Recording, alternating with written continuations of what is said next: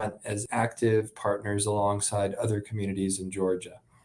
They do this through relationship building, education, leadership development, and community development. CARE, Georgia, is a Georgia chapter of the Council on American Islamic Relations, which is the nation's largest Islamic Muslim civil rights organization. CARE Georgia strives to enhance understanding of Islam, protect civil rights, promote justice, and empower American Muslims. Next, I want to introduce you. So these are the two organizations that are sponsoring today's event, and we're very much indebted to them both for organizing this, because like I said, this is a very important topic, especially in the current climate that we're in. Next, I want to introduce you to our esteemed panelists for today. During the course of the webinar, you're going to hear from Sister Sumaya Khalifa, Brother Tariq Abdul Haq, and Brother Murtaza Khawaja.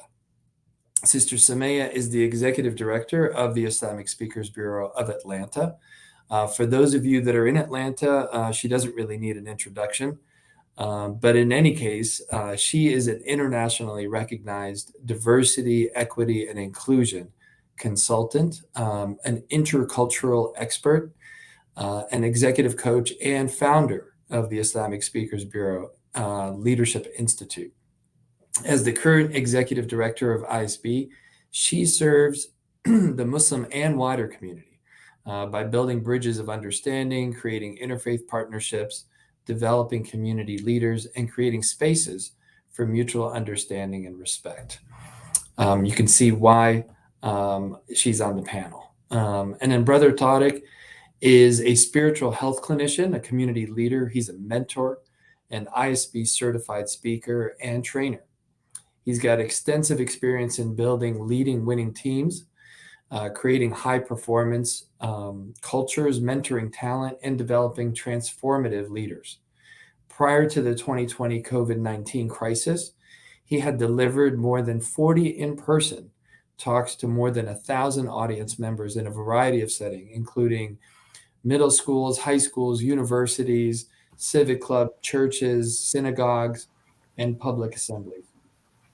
Post COVID-19, and I hope that we get to the point where we can really say post COVID-19, he has conducted several such presentations and webinars to a number of virtual audiences.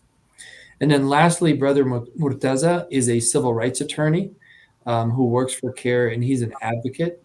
He manages and oversees the expansion of CARE Georgia in their pursuit of creative legal and grassroots advocacy solutions to address discrimination and bigotry in Georgia. Murtaza has been defending American Muslim rights in a variety of capacities since 2016. He previously served as CARE Georgia's staff attorney and lobbyist, then legal and policy director, and since early 2021 has been serving as executive director. He represented numerous victims of anti-Muslim discrimination, helped defeat anti-immigrant bills at the Georgia State Legislature, and led efforts to organize the first ever Muslim Advocacy Day at the Georgia State Capitol. I had the pleasure of actually being there, and it was a profound event, frankly, for Muslims and for legislatures that were there. Okay, so we have our panelists set to go. Let me just give you a little bit, just in terms of how the session is going to be structured. And if I can ask the other panelists to please mute your mics until we get started, I appreciate that. Our conversation today has 5 segments. The first is going to be on Islamophobia in our schools and our role as parents, how to be an engaged parent in the school system, how to advocate for our children, holding administrators and school systems accountable, and a toolkit for yourselves. And we're also going to have a question answer session. So if you do have questions as we go along, please capture those and get ready to post them to the webinar, and we'll be happy to address those. We're definitely going to leave some time for that. Okay, so we're going to start and transition to our first guest, who's going to be Brother Tariq. And most of us here already likely know him as a valuable and active community member really unmatched in his commitment to the betterment of American Muslims in Georgia. I've personally known him for over a decade and absolutely adore you, Brother Tariq. So thank you so much for being here. We're grateful to you for being part of this conversation. So, Brother Tariq, first of all, how are you?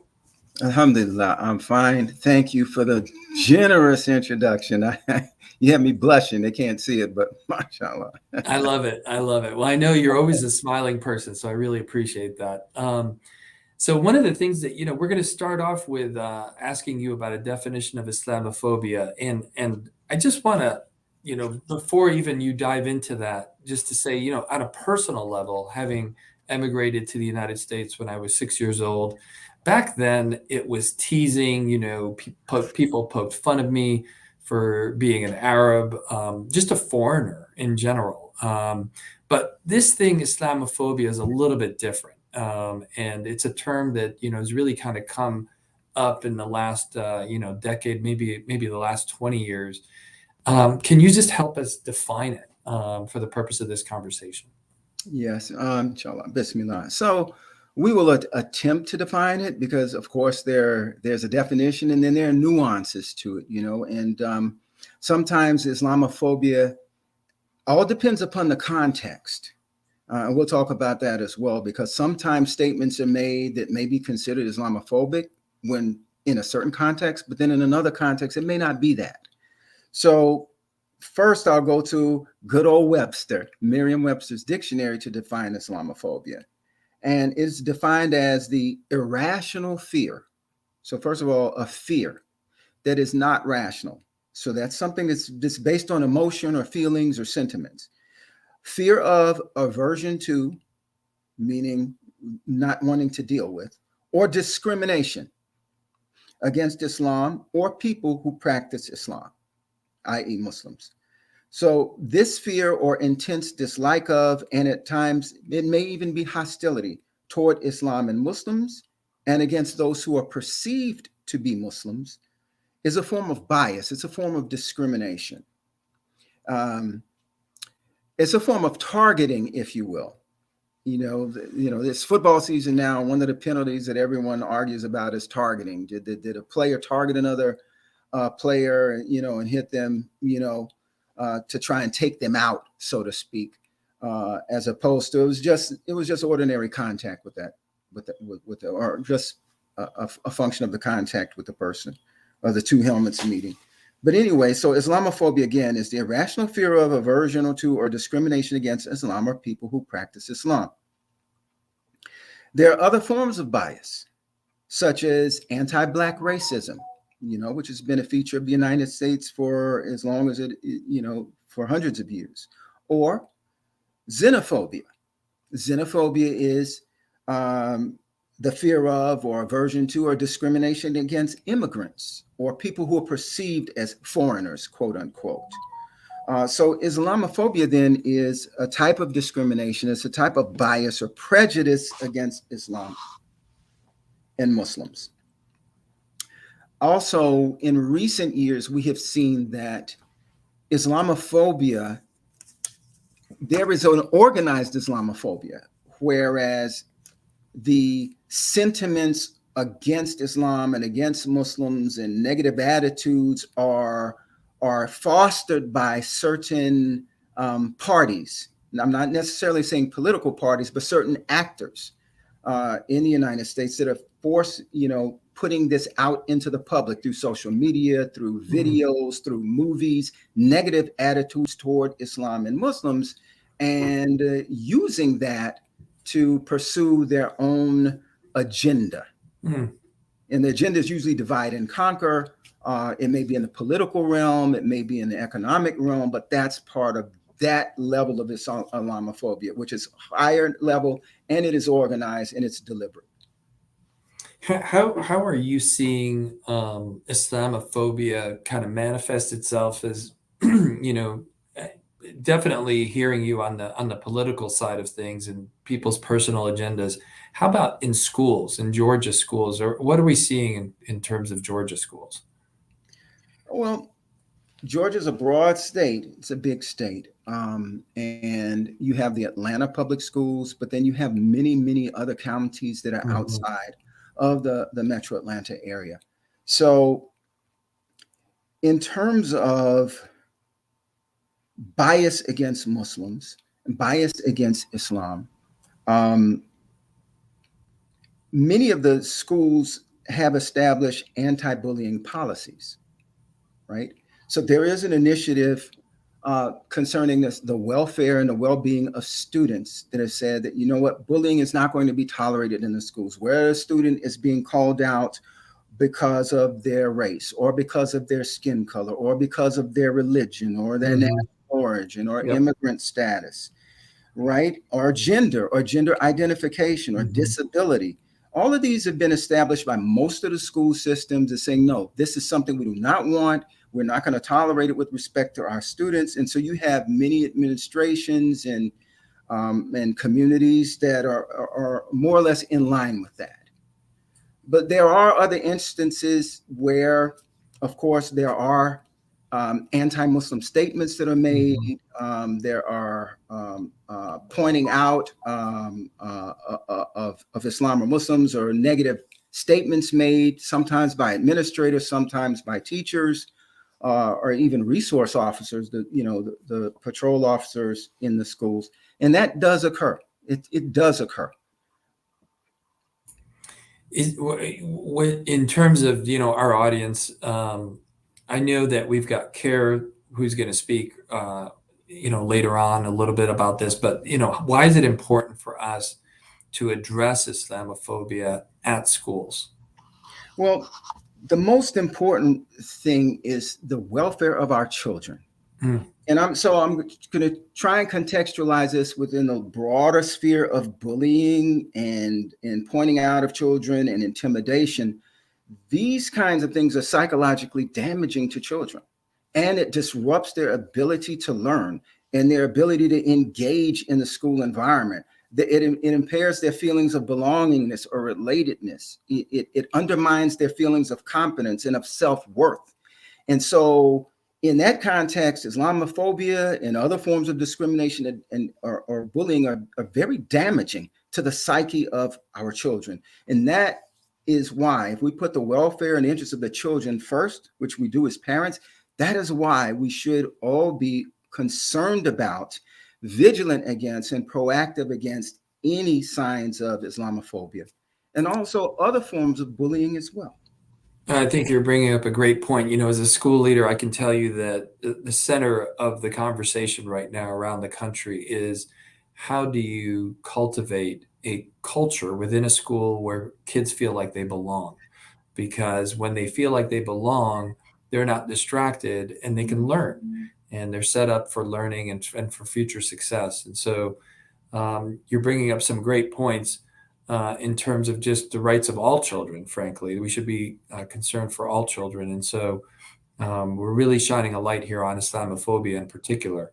And Yes, and Brother Ehab, I would like to say that sure. for our parents that may feel a bit reticent or reluctant to, if these things are brought to their attention, I would like to say the broader context to reinforce why they should come forward and why they should advocate for their children, why they should take things that their children tell them seriously, because these things, Islamophobia, racism, these type of things, any type of bullying or shaming of the children is harmful to their psychological well-being. It disrupts their ability to learn and to function in the educational environment. And so we need to put their needs first. We need to elevate their welfare. And that's why we should listen to what they tell us, Hmm. take it seriously, and be willing to go the next step. As I sure the rest of the seminar will talk about, okay, what do you do when cases of Islamophobia are brought to your attention? Yeah, and this is something that I really want to stress with our audience is that we're going to be talking about the continuum, different levels of activity here, because in some cases there's teasing and that happens in schools. Then you get to the level of bullying, and then it may be focused on Islamophobia. We're also going to have a robust discussion, frankly, on when we get to the level of civil rights infringement. So, there is kind of an escalation that we're going to be describing here, so that parents can know, where does the issue that I'm dealing with specifically fall. Brother Tadic, thank you so much. We're going to definitely come back to you when we bring the whole panel back together at the end and answer questions. I really want to transition now over to Sister Sumaya. And Sister Sumaya, Assalamu alaikum to you. I want to thank you, for being a part of this webinar, for really helping us put it together, because it's an important conversation for American Muslim parents here in Georgia. My experience has been that the ISB has kind of unique insight into the kinds of actions that work best when trying to minimize and counter Islamophobia in society in general. So your organization, I know, works very closely with schools and institutions of higher ed. Can you share with us some steps that parents can take on the proactive side to be more proactive against Islamophobia in schools before it hopefully even ever occurs? Absolutely. Thank you so much, Ehab, and thank you to Care Georgia and to Sister Aska and Brother Murtaza and Tariq and Ehab for making this webinar happen. Thank you so much. Before I go there, Ehab, I want to mention that the American Muslim community in Georgia is an amazing, amazing community.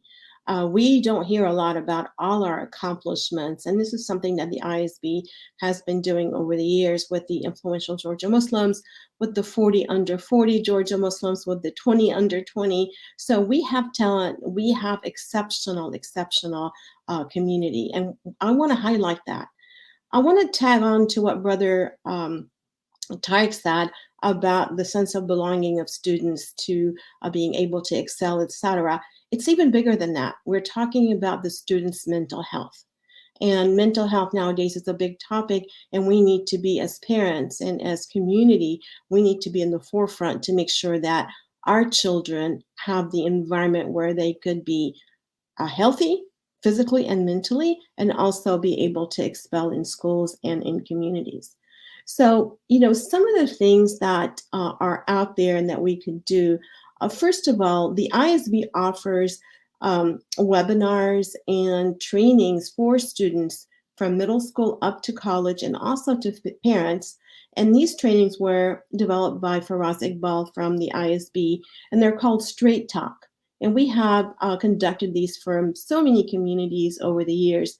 And Straight Talk is it's about an hour and a half to 2 hour session where young people, middle school, high school, and early college, come together and talk about what is it that they're facing, talk about it, how to get around it, be able to get some tools to help them navigate. We also have Straight Talk Part 2, and that's for parents, helping parents see what's going on and giving them tools. So these are more targeted to build skills and give people tools into their toolbox. But what can parents do if there's a situation that comes up?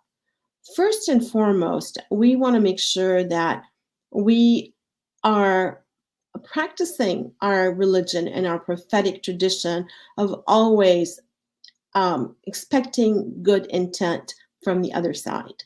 But having said that, we need to take strong steps to be able to find out what's going on and let people know that.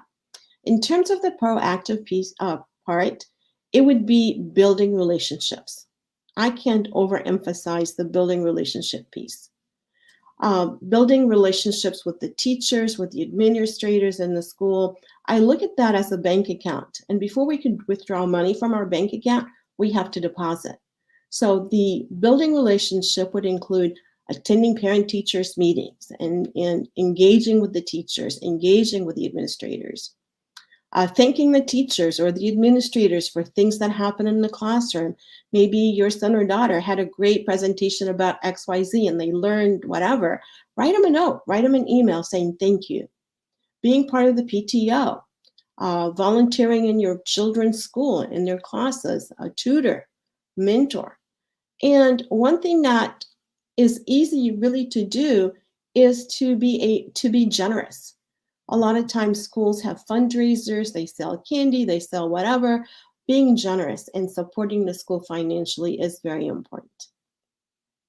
So in addition to building authentic relationship, and remember, authentic is very important here. It's also working with the teachers and the administrators, because a lot of times they don't know what accommodations your kids might need. So there are a lot of resources, including the ISB, where we could go into into schools and classrooms and teach about Islam and Muslims, so the teacher doesn't have to make the extra effort. We also conduct cultural competency training for teachers and administrators, how to work with Muslim students in their schools and parents, and maybe donating appropriate books to the libraries. MashaAllah, we have so many authors now that have written children's books, and some of them are local, including Reem Faruqi. So, taking those books, buying them, and donating them to the library. So, yeah, I mean, to your point, and just a decade ago, we didn't have many of these books. I mean, there's been a plethora of new authors in the Muslim communities.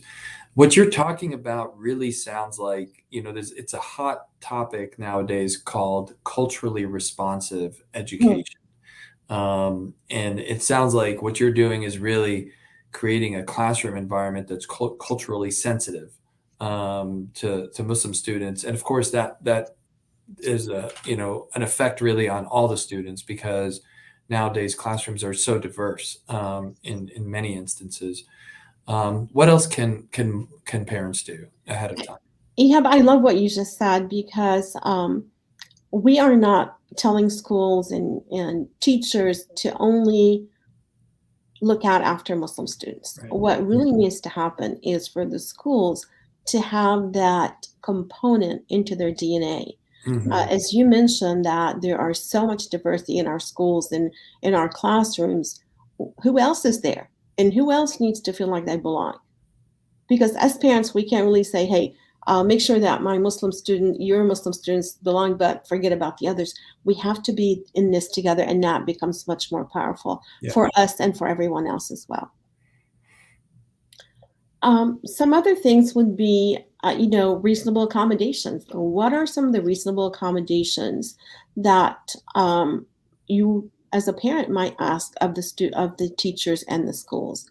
And that could be anything from dietary requirements, like providing halal options. And I know some parents are spearheading that in Gwinnett County, for instance. Prayer times and space. Friday prayers, having an MSA. How about, special dress? If a young Muslim student woman wants to cover her hair, what is that? And what are the accommodations there? Ramadan and what to do there. And gym and sports. What do the children wear? What can they wear and not wear? And we have a really excellent video that was done by Principal Brian Jones of Milton High School. And I don't know if we could tee it up now and watch that together and then continue the conversation.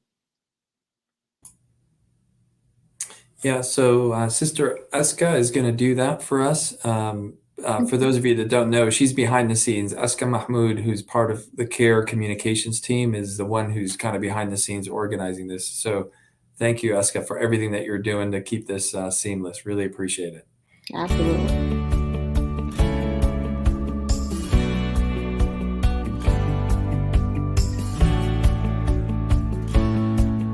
Hi, I'm Brian Jones, principal at Milton High School in Milton, Georgia.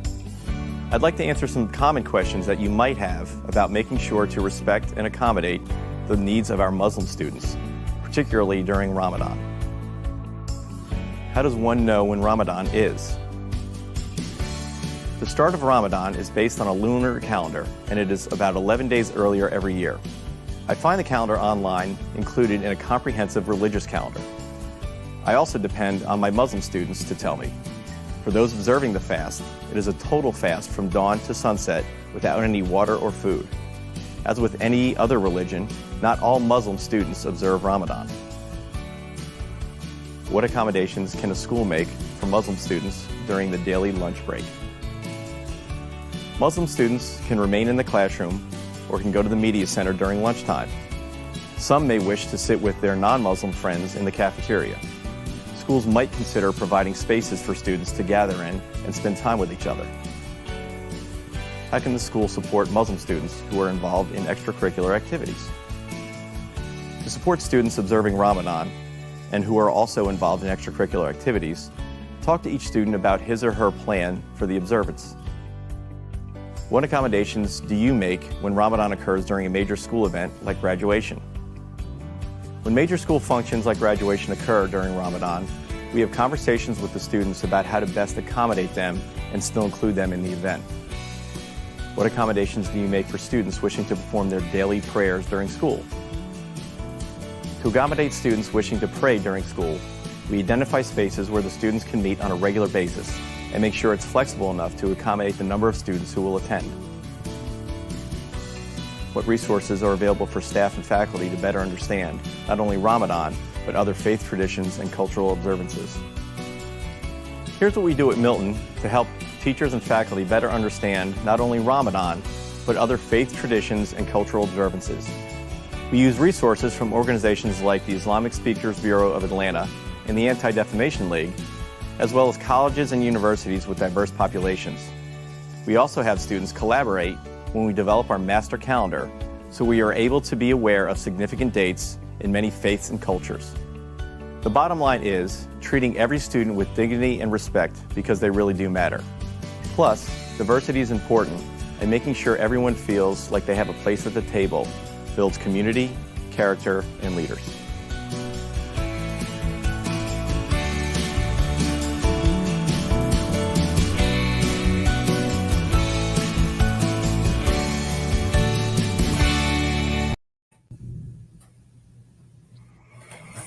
That was a very powerful video, and really appreciate Principal Jones putting that together. Sumaya, as a fellow Fulton County school leader, I can tell you that he's very committed to diversity in his school, and they've got an incredible tradition at Milton.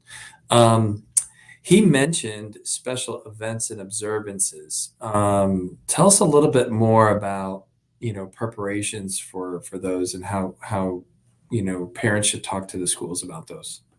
Sure. So, going back to building relationships, and I have to tell you that we learned about Milton High School and what Principal Jones is doing. And because of the amazing things he's doing, the ISB gave him an award of the School of Excellence because he really walks the walks. He just doesn't talk it.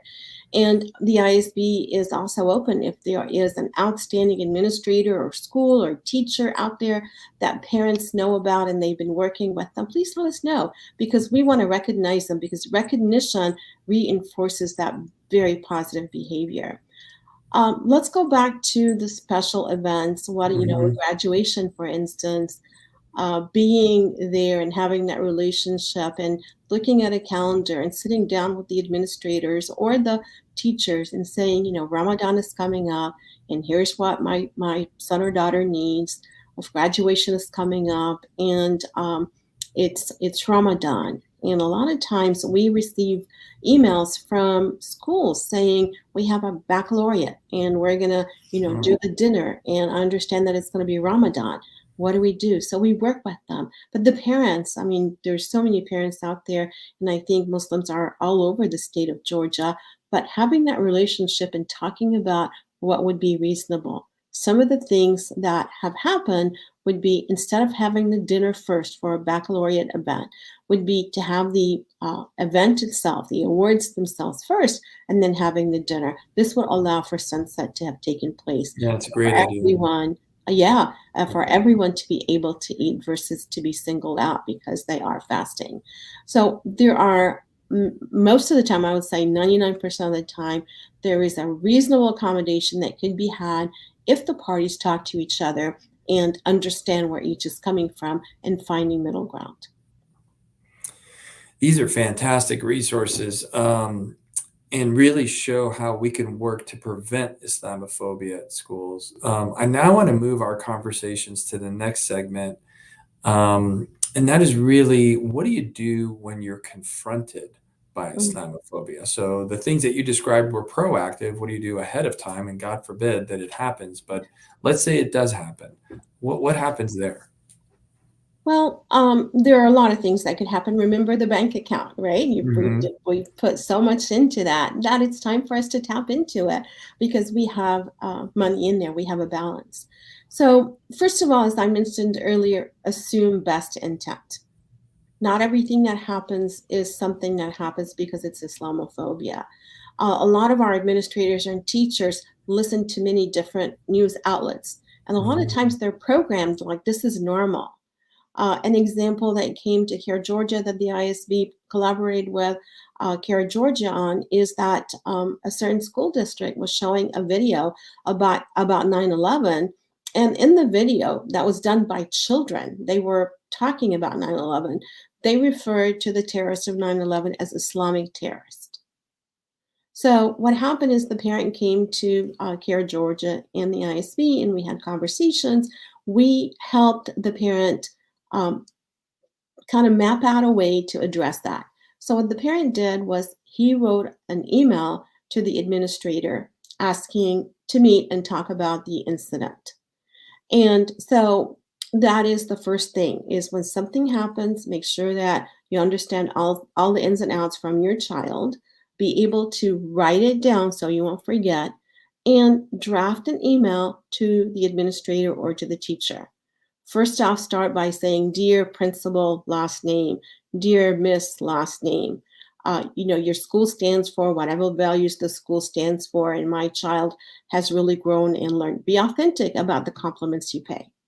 I want to bring to your attention that this and this and this happened. In this particular situation, the parent talked about the video.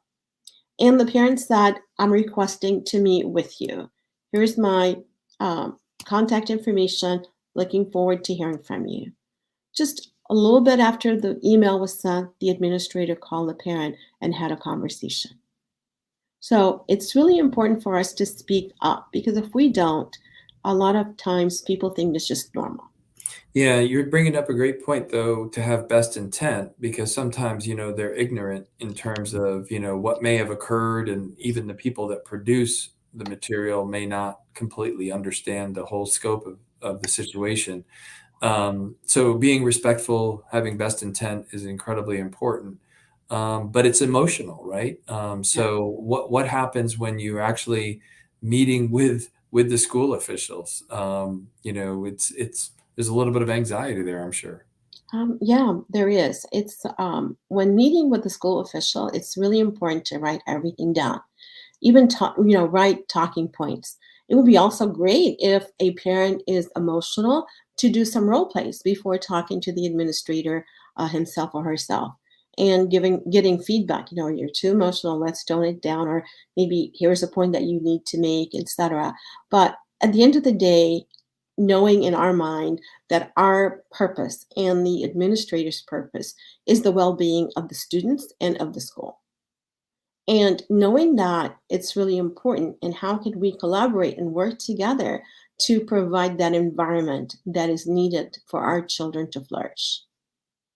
So, meeting with the principal or the administrator, we need to get our facts together, know as much as possible about the incident, and being quiet and listening really well to what they have to say. And before we end the meeting, we need to understand what are the next steps. Who's going to do what by when?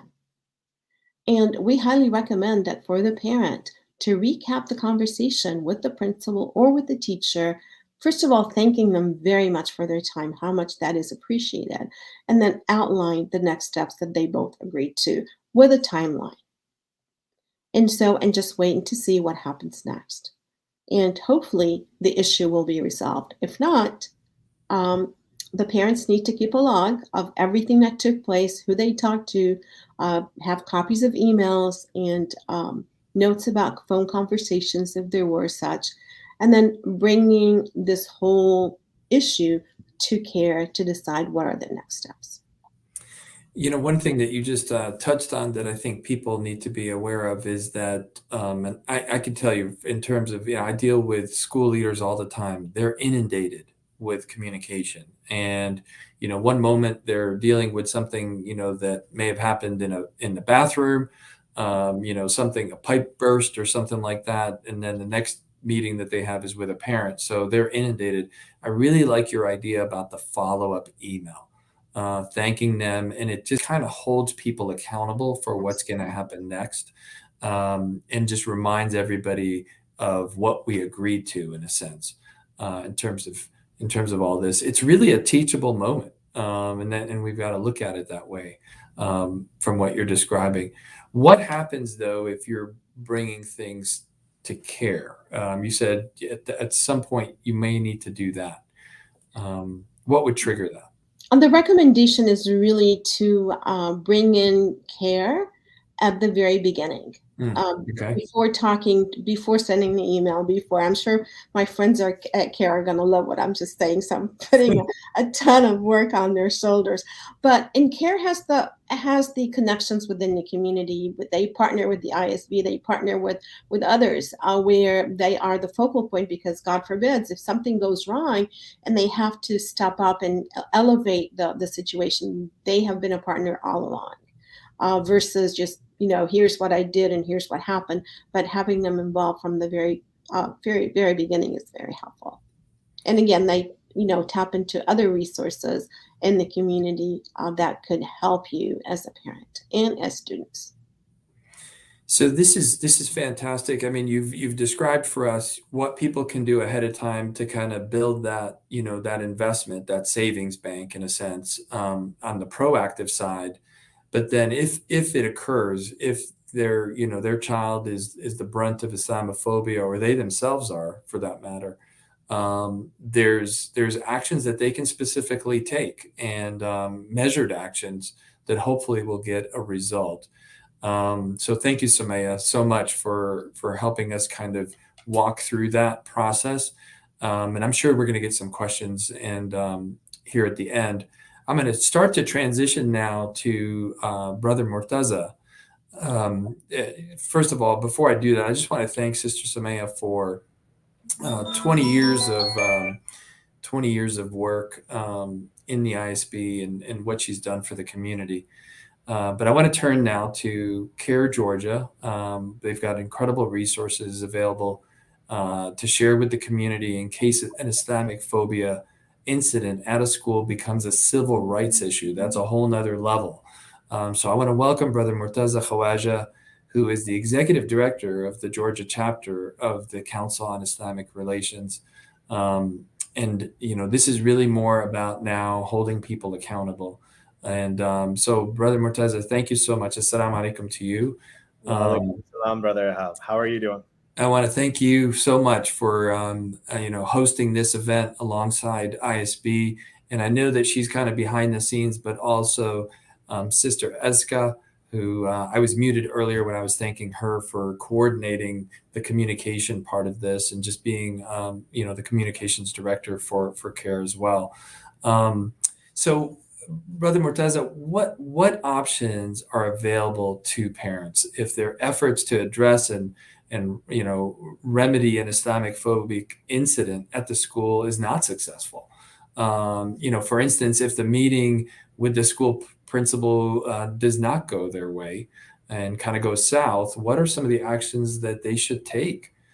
Give us a sense of kind of the pyramid of Islamophobia, from teasing to bullying to institutional policy, and when do we cross the line in terms of getting into a civil rights issue? Sure. Thank you for that question, Brother Ahab. I'm going to start off by just doing a quick, acknowledgement of all the steps that have been talked about previously, especially by Sister Samaya from the ISB, because really it's important to look at this situation from a holistic perspective. When the incident first occurs, documentation is the key. Documentation that's written, and that communication happening with parents and the teachers, as well as parents and principals, and at some point parents and the school boards, depending on what level it escalates to. So depending on the situation and the level on the pyramid, as you mentioned, where it falls, So you mentioned three different tiers. There's teasing, there's bullying, and then there's institutional policy. So colloquially, a lot of times these words can be used, especially teasing and bullying, interchangeably. However, from an academic perspective and from a legal perspective, bullying, Georgia does have a bullying law in place. Bullying has three major factors. One is an intent to harm. Different states take a different approach. In Georgia, it does specify physical, that there needs to be some physical harm there, but typically it's just an intent to harm. Bullying also requires some imbalance of power where the person that is being bullied feels that there's some fear, credible fear for their person for that physical harm. And then the third factor is that this is repeated. Bullying is repeated. Bullying is not a one-off or a two-off situation. It is, or two-off could be, but it is something that's repeated and persistent. Teasing can be incredibly damaging as well, but teasing can also be part of a collegial environment where people have playful teasing. And so there are different tiers of teasing as well. There's teasing you do with friends, where you might have someone who's an incredible. There are calls for an apology from Fulton County Schools after a principal condemned a map of Palestine on display at a school. Sorry, there's something that just started playing in the background. But teasing can be something that's very friendly at first, and something that people do amongst friends. If someone's a great basketball player and misses an easy shot, and one of their friends says, "Great shot," it's not meant to hurt him. It's meant in jest, and it's meant to kind of bring people closer together. However, teasing can be unwanted. People handle these types of comments very differently. And so what might be teasing for one might be something that hurts someone's feelings. So what we look at there is, if you ask this person who is teasing you to stop, would they stop? And then second, if you told them it hurts your feelings, would they apologize? Because if the answer is no to either of those questions, then this is a type of teasing that is problematic, that the parent should intercede on. So once they've reached out to the school board or the principal or the teacher, and meeting has not gone well, ideally, again, we're involved earlier on to make that connection with the ISB and get it up to date on what's going on and advising them on really what the best course of action is. If that has failed, there are multiple things we can do. One is we can send a letter on behalf of CARE itself, as on behalf of the largest Muslim civil rights organization, where we have the power of 33 chapters and dozens of cases of litigation on this issue, where we reach out to the principal or the school board or the administration saying that these are the things that have been detailed. We're incredibly concerned because you have legal responsibilities and obligations to protect your students under this Georgia bullying law, which requires school districts to have anti-bullying provisions in their actual practices. And if they don't, that is actually actionable. So we might have a civil rights violation and civil rights complaint there. But before any of that, the first thing obviously is the parent reaching out and making the step. If CARE needs to step in and facilitate a meeting, that's something we have done in the past and we're happy to do in future whenever the case emerges. Another thing that we're able to do with groups like the ISB is set up workshops preemptively and also after the fact. Preemptively works best because then we're able to talk to an audience that has not been colored by a particular incident. Once an incident has occurred, while the workshop and while the Islam 101 seminar might be effective, it is already colored by whatever incident had already occurred, whatever bullying or anti-Muslim incident had occurred. So that's another really great measure that we can take and really great tool that we can offer the school along with the ISB. And we've not just done this at the school level. This is something we've actually taken to the criminal justice system as well. And the idea is restorative justice rather than rehabilitative. Rather than trying to make the focus on the perpetrator, really the focus is on those who have been harmed, which is not just that individual student, but every single student that has been exposed to that type of bullying or that type of rhetoric, which then brings us to institutional policy, which is when the bullying is so pervasive, it has become either accepted as school policy because the school has implicitly seen this and accepted it by not taking action, or explicitly when the school is the one who is putting forth materials that are Islamophobic, or when the school administration is the one who are making Islamophobic comments. In a little bit, I'm going to ask you about some incidents maybe where, this escalation kind of happened. But before that, it sounds like from what you're saying that that CARE and ISB will coach parents. You're going to be offering, and you already offer workshops and things like that to kind of educate parents. This is one of them, obviously, this workshop right here, but also that in case something like this happens, then it's not immediate that CARE is going to step in and there's going to be a national story. And I think that's important for parents to realize from what you're saying, because sometimes parents get anxious about their child being at the center of all this media attention and so forth. Of course, if it's warranted, their rights need to be, advocated for. So can you talk a little bit about that? Just maybe kind of reinforcing the fact that you're going to meet the parents where they are and what's appropriate for their specific situation. Absolutely. And I'm glad you brought up this question. CARE's number one goal and part of our mission is to enhance the understanding of Islam throughout the United States. The best tool for us there is working together with people and working in a collaborative and conciliatory manner rather than an aggressive, partisan, or confrontational manner.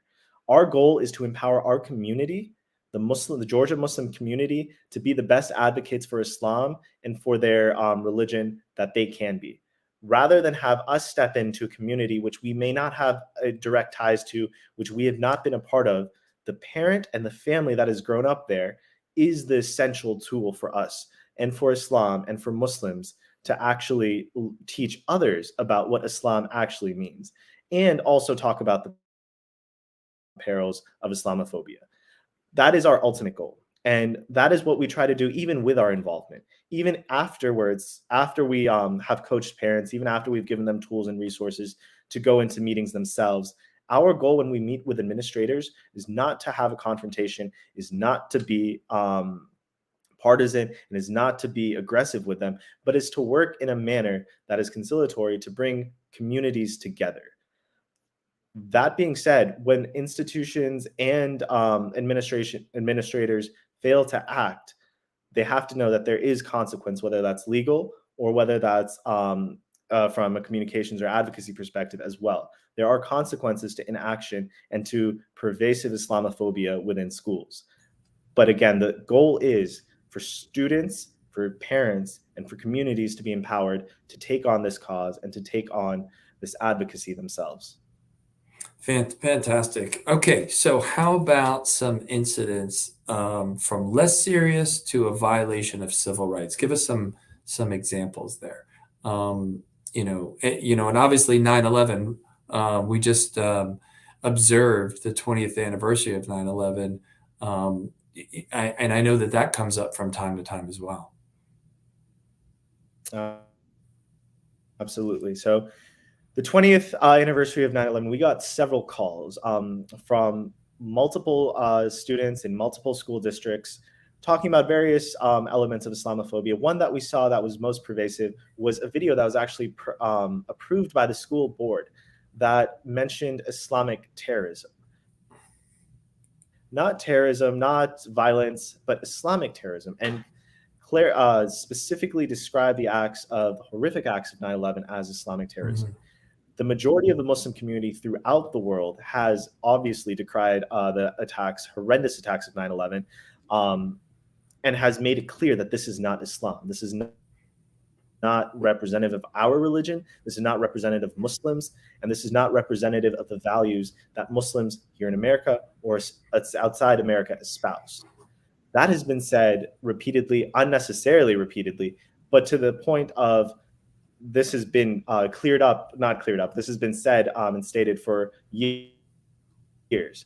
For school boards to go out now and approve videos that label attack of terror and attack of violence against, that was unequivocal and undiscriminatory about who it affected, because Muslims were as affected by the horrific events of September 11th as any other group. To label it as Islamic terrorism is coded language that brings disharmony and brings scrutiny and brings hate towards Muslims. And that's what we saw. We saw students who in these schools felt that they were being treated differently and felt like they were being looked at differently because they were Muslim, because of this video. So this is something that is very important for schools and school boards to be aware of, that the coded language that is part of the materials that they're giving out as in educational settings need to be thoroughly vetted and need to go through groups that are representative of the groups that they're talking about. So if they want to talk about Islam, then they need to talk to the ISB, they need to talk to CARE, they need to talk to Muslim groups who are the experts on these issues, rather than just throw a term like Islamic terrorism onto something which clearly was not. We've had other cases as well. Last year, or 2 years ago now, we had a case at a part of a book fair. No, it wasn't a book fair. It was a geography fair, where we had two identical posters, one for the state of Israel, one for the state of Palestine. One map represented the boundaries of Israel by some historian in 1960s. The other represented the map by some historian in 1940s of Palestine. Both maps did not represent what the United States government currently recognizes as the state of Israel or the state of Palestine. However, the state of Israel's presentation poster board had no issues. The state of Palestine's poster board was taken down and the students were called in. CARE was able to facilitate a conversation with the parents, with the community, and with administration so that this, first of all, the poster board would be allowed to be present in future geography fairs. But further, this administration had an understanding of where the students were coming from and what type of bullying they faced as a result of that. Following that incident, those students reported, and other students who were Muslim reported, facing a spate of bullying because they were perceived to be Muslim or Palestinian.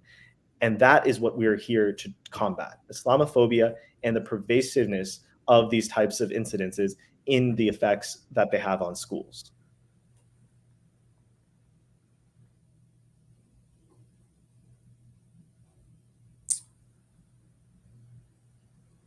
Those were the last, those were the last two cases that we've had. We've had several others throughout my time. I don't want to spend too much time on all of those, but these are all cases that we have been able to step in and facilitate with administration and with the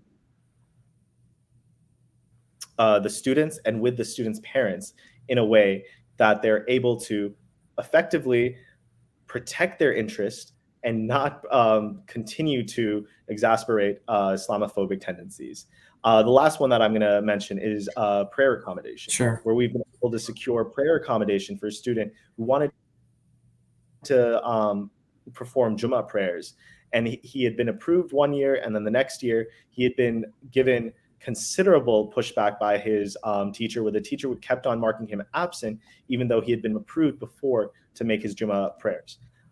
We were able to offer a letter that cited that previous incident, which we were also a party to. So we had the record of CARE has been in contact with your administration, with your school before. This has been approved before. There's no reason for it not to be approved now. We sent the letter, and immediately the next week, this student was allowed to pray and was allowed to perform his Jummah prayers without being marked absent or without having any other issues. Well, I can just, I'm sure that I'm speaking on behalf of the American Muslim community here in Georgia, just thanking you for the work that you do in making sure that kids feel safe in schools, and that they, are ready to learn, they feel like they belong, that somebody's got their back, because kids nowadays are really under incredible amounts of pressure. One of the things that, if you can touch on it briefly, and we may wait till the whole panel's here, but one of the things that's kind of emerged over the last few years is cyberbullying. And so, sometimes these things may not be a teacher that was just ignorant about something or a poster and so forth, but it may be happening, in cyberspace in terms of texting and different levels of social media influence and so forth. Is there any advice that you can give parents in that regard, or talk about how maybe you have gotten involved in cyberbullying type situations, specific to Islamophobia?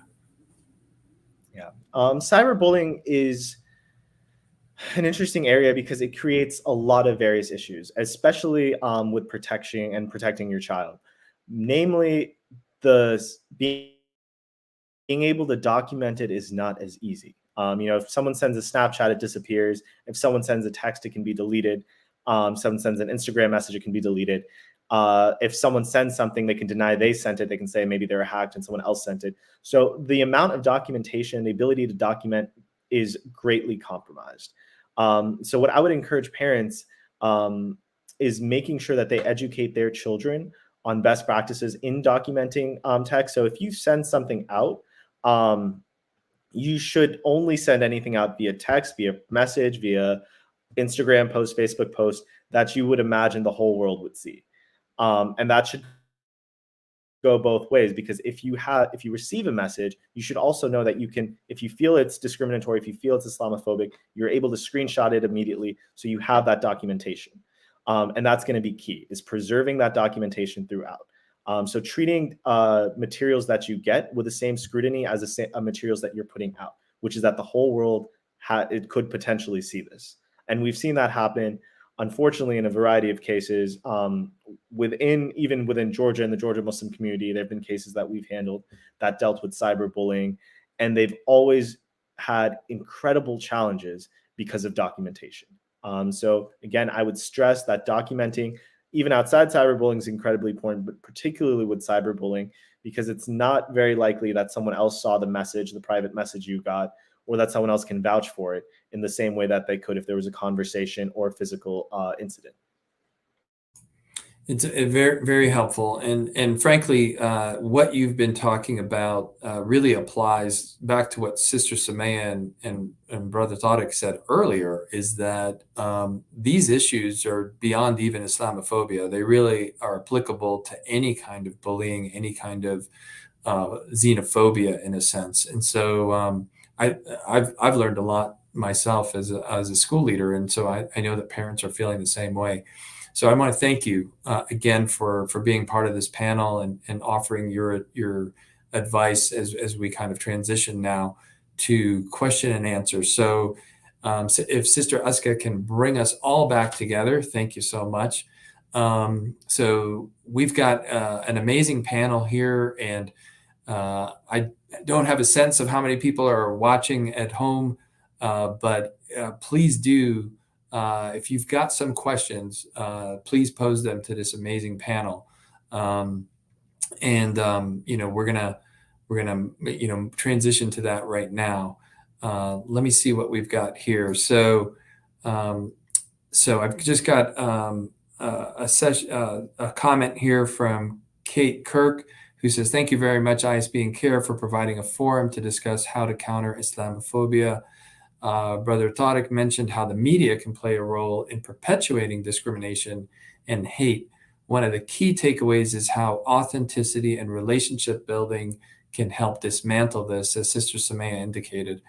To what extent can media, and perhaps specifically social media, be leveraged to help counter Islamophobia?" I think that's a great question, because I asked it the opposite way, but this is more of the proactive sense. So how can we use social media and media to combat Islamophobia? Who wants to take that? I'll take a stab at it. It goes back to relationship building and relationship with the media when appropriate. Over the years, the ISB has brought together Muslim leaders to meet with the Atlanta Journal-Constitution leadership. So they have connections within the Muslim community. CARE was at the table. Many of the imams were at the table. And when something comes up, a lot of times I get a call that says, "We're working on this, and here's how we plan to go about it. Let me know what you think. Is that something that, should we go this way or that way?" So by the relationship and by building that relationship and really investing time and energy, it pays off on the long term. Now, that does not apply to all media outlets, right? There's certain media outlets that have an agenda and they will go forward with their agenda.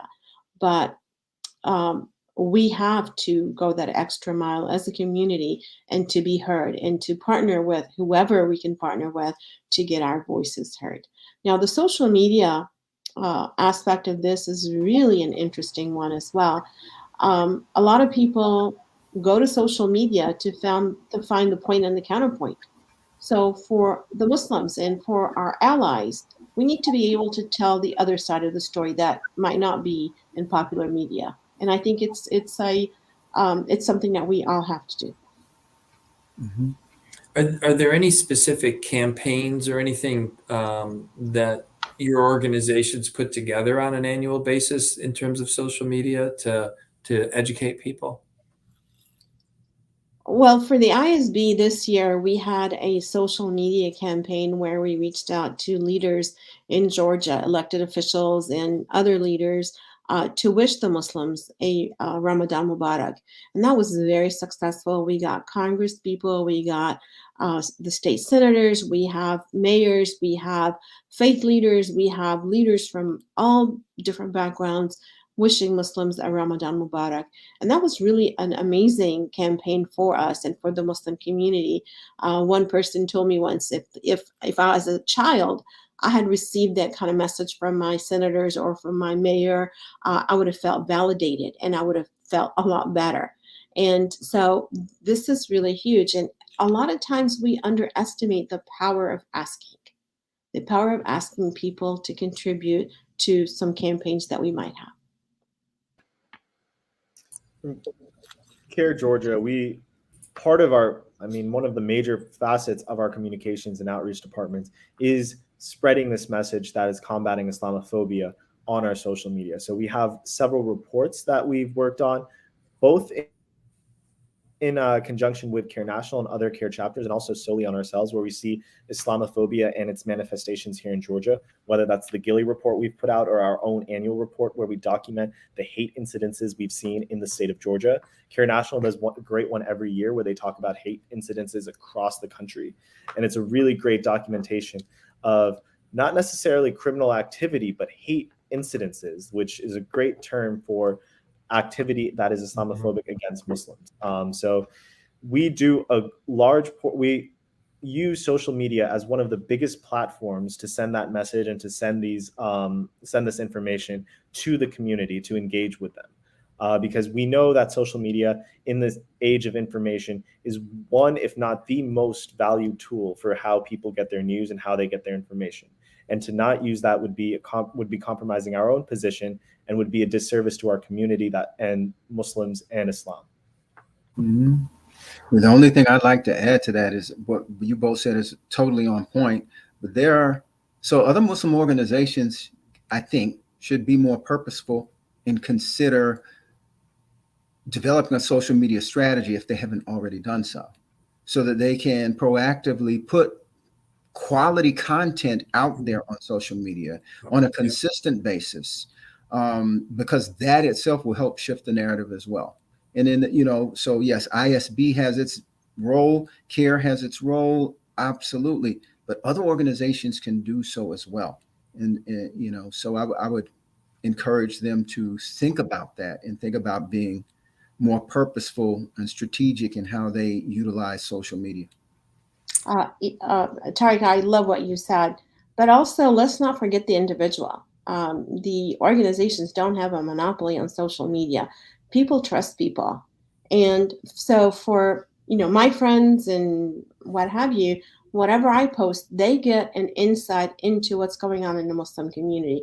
And I think that's much more effective because they trust me, they trust Ihab, they trust Murtaza, they trust Tariq, and they are more likely to read what we post on social media. So let's not forget the power of the individual. And let's make sure, though, that we vet out whatever we post. Yeah, I was just going to say that. That's critically important because it's not a matter of just forwarding on, something that may be ill-advised. The other thing I wanted to mention is that, there's this term, all politics are local.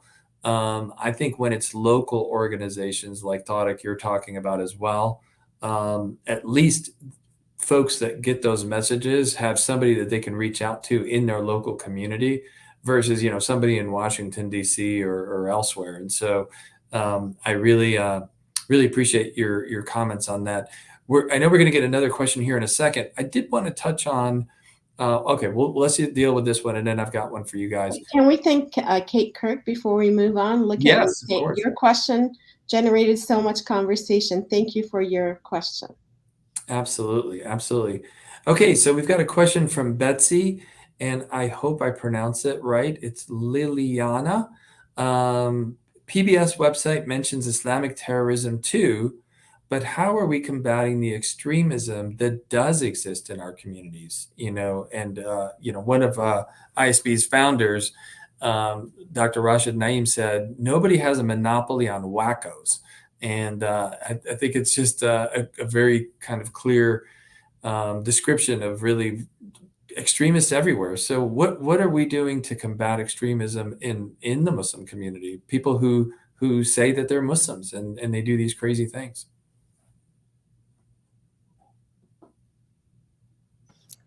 Sorry, but I think the ISB probably has a more thorough and robust discussion on this. But I think for us here at CARE, our foremost goal is protecting, advocating, and defending for the civil rights and liberties of American Muslims. What that comes to is mostly defending against Islamophobia. And a lot of that Islamophobia, unfortunately, emanates from extremism within people who espouse to be Muslims. Now, I'm not going to say that they are Muslims or not Muslims, but I'll say that they espouse to be Muslims. And that Dr. Naim was my professor my freshman year at Georgia State before I transferred to Emory, and was a wonderful professor. And I actually remember him saying that as well to our class. And I think that's kind of something that we have to remind our community and the greater American community. So when we see injustice, we speak out against it. Whether it's injustice that comes from radical espoused to be Muslim groups or radical espoused to be Christian groups, whether it's the KKK, the Proud Boys, other anti-Semitic groups, or other anti-Islamic groups, we are here to speak out against it. Injustice against one of our groups is going to be an injustice that's levied against any of the others. That's how the American system works, because there's a broad freedom of expression, freedom of religion. So when you protect one religion, you're protecting all religions. When you're protecting one form of free speech, you're protecting all forms of free speech. So that's one thing that we at CARE do keep in mind. Although it's not a central part of the work that we do, it is obviously something that we have to address, because that is where a lot of this Islamophobia is emanating from. That's so beautifully said, Morteza. Thank you for sharing that. And I think a couple of years ago, an organization called the Muslim Public Affairs Council did a study, and they showed that for the extremists within the Muslim community, the number one group that reports them are Muslims themselves. So as a community, whoever calls themselves Muslims and extremists, the two don't really go together. There's something wrong with that phrase. And so, referring back to MPAC, and I love what Rashid said about, nobody has a monopoly over wackos. And the same question could be for the alt-right and for other communities that have extremism. And extremism anywhere is bad news for all of us. And according to the FBI, the largest number of extremist and terrorist groups are actually mainstream, well, not mainstream, but within the white extremist groups. So it's not Muslim extremist. But again, all extremism is not good. Yeah, absolutely. Thank you, guys. I'm sure we're going to get maybe another one or two questions, but I've got a question for you all, because something that Tariq, I think, mentioned earlier, a lot of times the topic is around terrorism and, quote unquote, Islamic terrorism and so forth. But what about another very hot topic, and that is women's dress and hijab in particular? What have you seen in terms of here in Georgia incidents related to Islamophobia as it relates to women's dress in particular? I'm curious about that. I'm the father of 3 girls, and so it's just something that's close to home. We've had a couple of cases actually with Muslim students who are in either elementary or middle school. So one of them, I'm sure a well-intentioned but ill-informed teacher went up to a Muslim student who had just started wearing hijab in middle school and said, "You don't have to wear that. No one's forcing you to wear that here. You don't need to do that." and encouraged her to take it off. She went back home extremely hurt, extremely disappointed, and did not want to wear hijab the next day. We had another incident very similar where the teacher actually cut the child's hair and said, you know, you have such beautiful hair, why are you hiding it? And then changed her hairstyle and cut it in school. So again, we hope for the best in our teachers, but really these positions of power need to be trained and need to have this cultural competency to know what the hijab really stands for. And that's with advocacy and with reaching out to groups like the ISB and like CARE Georgia, who can perform Islam 101s and explain what the hijab means to these students and what it means to Muslims generally. Obviously, there are Muslims that wear hijab and that don't wear hijab, and they all that fit within the spectrum. And I think for us as advocates for the Muslim community, our job is to explain these different spectrums, to explain these different avenues in a way that allows those who wish to wear it to do so safely, and those who wish to not wear it to also do so without condemnation, or to also do so without any type of reproach. Thank you so much for that. And Sumaya, what can, this goes back to kind of the proactive measures that you talked about earlier in terms of, maybe having a dialogue with the teacher ahead of time and saying, hey, my child next week, has decided to start wearing hijab. I want to just let you know that ahead of time so that the teacher's prepared and maybe the classroom is prepared in some way. How do we empower parents in that regard? I love what you just said, Ihab. It's preparing them. It's one thing seeing a child, a girl coming in class, no head cover, etc. And then comes Monday, she's got this piece of cloth on her head, and people are saying, "What in the world happened here?" Mm-hmm. But I think having that conversation, explaining the meaning of that, it's almost like, within the Jewish tradition, they have the bar mitzvah and the bat mitzvah, mm-hmm. and it's coming of age. And a lot of times parent will teach about that. So the teacher and the classmates know what their colleague is going through, what their student's going through, and they understand it. So I see that as a similarity, like you said, Ihab, where the parent will go in or write a note to the teacher saying, Ms. Smith, we just wanted to give you a heads up that according to Islamic tradition, and my daughter has decided to start wearing the headscarf. And maybe providing the teacher with comments, affirmation comments about the headscarf, or maybe sharing an article or something that would inform the teacher. I know when I started wearing the headscarf, it was very difficult for me because I was not comfortable with myself. Until I became comfortable with who I am and how I'm dressed, then who cares what the whole world thinks? So we need to be really paying a lot of attention to the young ladies who decide to wear the hijab, the headscarf, and being there for them to reaffirm their choice. Thank you guys so much for that. It's very much appreciated. And I know that, parents around the state will also appreciate your comments.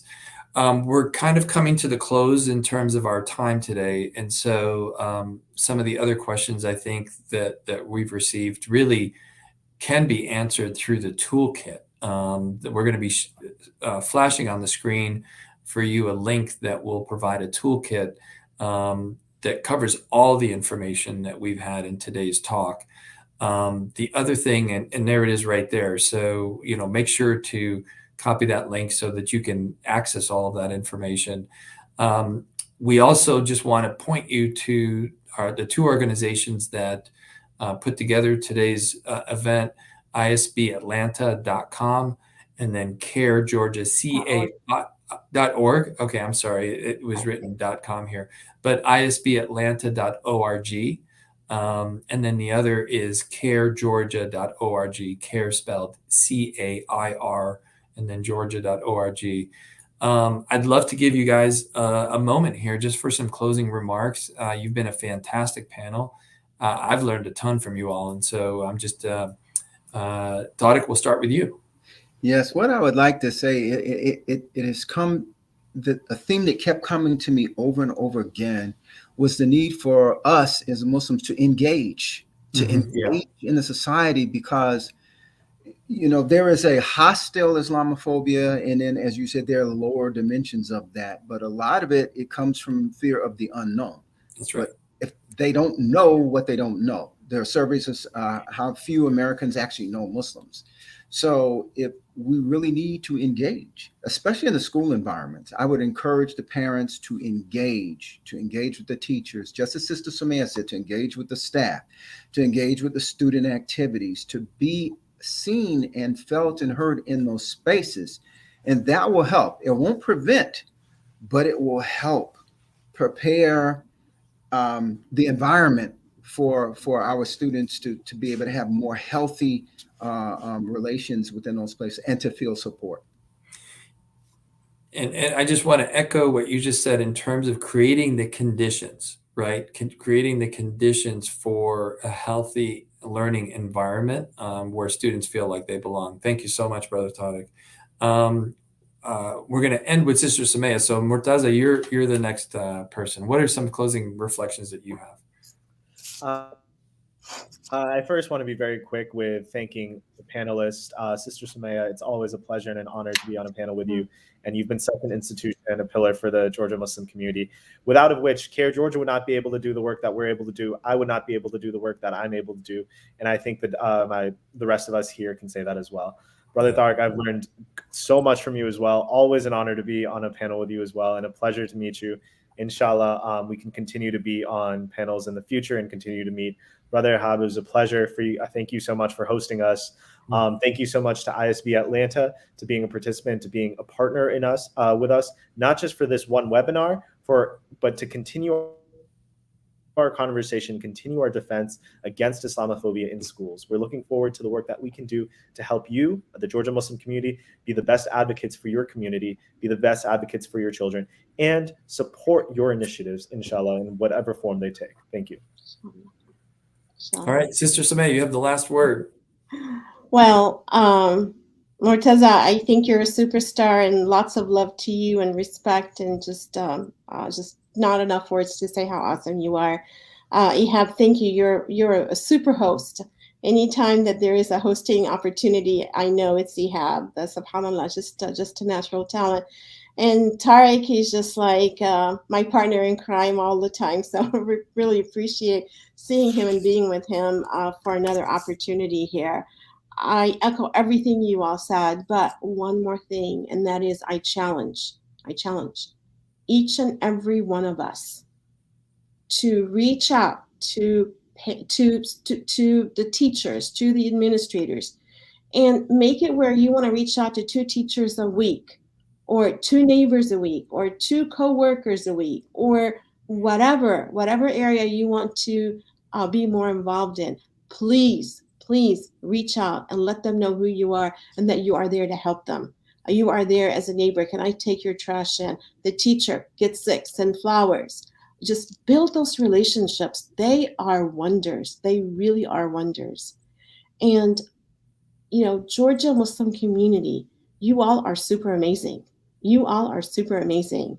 And if any state in the union could make change happen and make our state the most welcoming, the most fantastic school for diversity for Muslims, it's right here in Georgia. So my challenge is let's go out there and get the work done. It's not hard. It's not rocket science, but it does take time and commitment to build those relationships.